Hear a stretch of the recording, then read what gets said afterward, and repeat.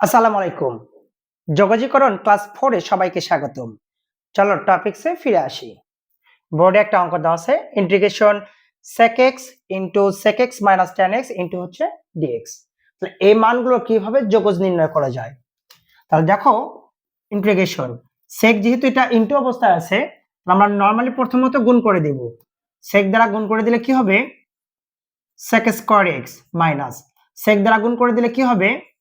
sec x tan x হবে। এই dx এখানে যা আছে এখানে তাই থাকবে। এখন দেখো আমরা পার্ট পার্ট না করে একবার ডিরেক্ট করব। sec square x dx sec x tan x dx dx টা কিন্তু এর সঙ্গে গুণ আছে, এর সঙ্গেও কিন্তু গুণ অবস্থায় আছে। তাহলে sec স্কয়ার x dx কে ইন্টিগ্রেশন করলে কি হবে? tan x হবে। sec x tan x dx কে করলে কি হবে? sec x হবে। তো আমরা এখন লিখব sec x, ইন্টিগ্রাল চিহ্ন উঠে গেলে হবে প্লাস হচ্ছে c। এটা হচ্ছে অ্যানসার। আরেকবার দেখো sec দ্বারা প্রথমত গুণ করলে sec স্কয়ার x হয়, sec দ্বারা গুণ করে দাও dx। sec square x dx কে করলে হবে tan x minus sec x tan x dx কে করলে হবে sec x, ইন্টিগ্রাল চিহ্ন উঠে গেলে হবে plus c। sec square x dx কে করলে সূত্র কিন্তু লিখে দেওয়া আছে tan x minus sec x tan x, এটা কিন্তু সূত্র। sec tan dx কে করলে sec x প্লাস হচ্ছে c। এটা হবে অ্যানসার। এবার দেখো নেক্সট নাম্বার 2 এ মান দেওয়া আছে integration sec x plus tan x এর উপর হোল স্কয়ার dx। এই জাতীয় গুলো কিভাবে করবে তুমি? তাহলে দেখো তো প্রথমত আমি a plus b whole square ভাঙাবো। তাহলে a plus b হোল স্কয়ারের বীজগণিতীয় সূত্র হচ্ছে এটা a এটা b, a square plus 2ab plus হচ্ছে b স্কয়ার। তাহলে আমরা লিখে ফেলবো a স্কয়ার প্লাস হচ্ছে 2 sec x tan x plus b square মানে কি হবে? tan x এর উপর হচ্ছে স্কয়ার আসবে ইনটু হচ্ছে dx। আবার দেখো a plus b whole square a square plus 2ab plus b square into হচ্ছে dx। তাহলে এখন দেখো আমরা কি জানি? sec square x plus 2 sec x tan x plus tan square theta. এটা আমরা একটু ত্রিকোণী সূত্রে ভাঙাবো। কেন ভাঙাবো? যে tan স্কয়ার থিটাকে ইন্টিগ্রাল করা যায় না, tan স্কয়ার x কে ইন্টিগ্রেশন করা যাচ্ছে না, এই জন্য আগে ত্রিকোণী ভেঙে নেব। আমরা একটা সূত্র জানি, সূত্রটা হচ্ছে এরকম যে sec square theta minus tan square theta এর মান হচ্ছে 1। তো আমাকে tan এর মানটাই বের করতে হবে। তাহলে sec square theta minus 1 equal to কি লেখা যায়? tan স্কয়ার থিটা লেখা যায়। তাহলে tan স্কয়ার থিটা মান sec স্কয়ার থিটা মাইনাস 1। তাহলে আমরা এখানে লিখে ফেলবো যে sec স্কয়ার থিটা মাইনাস হচ্ছে 1 ইনটু হচ্ছে কত? dx। এইটুকু বুঝতে কার অসুবিধা আছে?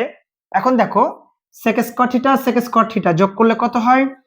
2 sec স্কয়ার থিটা প্লাস এখানে আছে কত? 2 sec x tan x plus plus না এখানে মাইনাস হচ্ছে 1 ইনটু হচ্ছে dx। তাহলে এখন দেখো আমরা 2 রাখলাম, sec square theta sec square x dx sec square x dx কে ইন্টিগ্রেশন করলে কি হবে? সূত্র লিখে দেওয়া আছে tan x, 2 রেখে দিলাম। sec x tan x dx কে করলে কি হবে? sec x হবে। dx দ্বারা গুণ করে দাও, dx কে করলে কি হবে? x প্লাস ইন্টিগ্রাল চিহ্ন উঠে গেলে হবে c। এটা হচ্ছে অ্যানসার। কারো কি বুঝতে অসুবিধা আছে?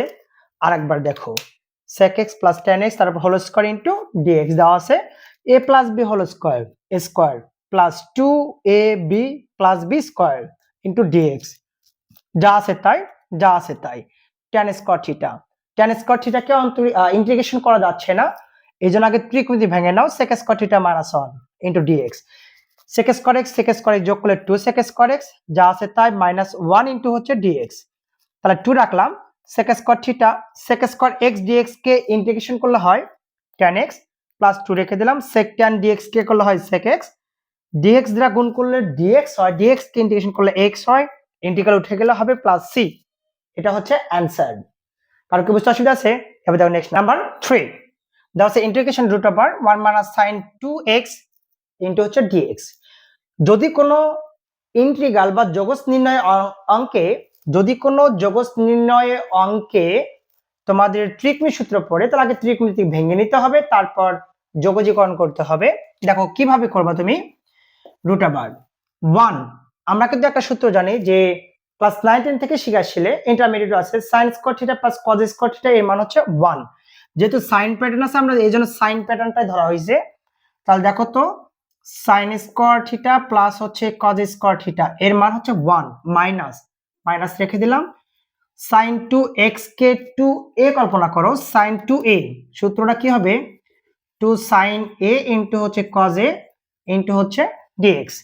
এখন দেখো এটাকে এ এটাকে বি, অথবা এটা এ এটা বি, ইচ্ছা তোমার, ডিপেন্ড করবে তোমার উপর।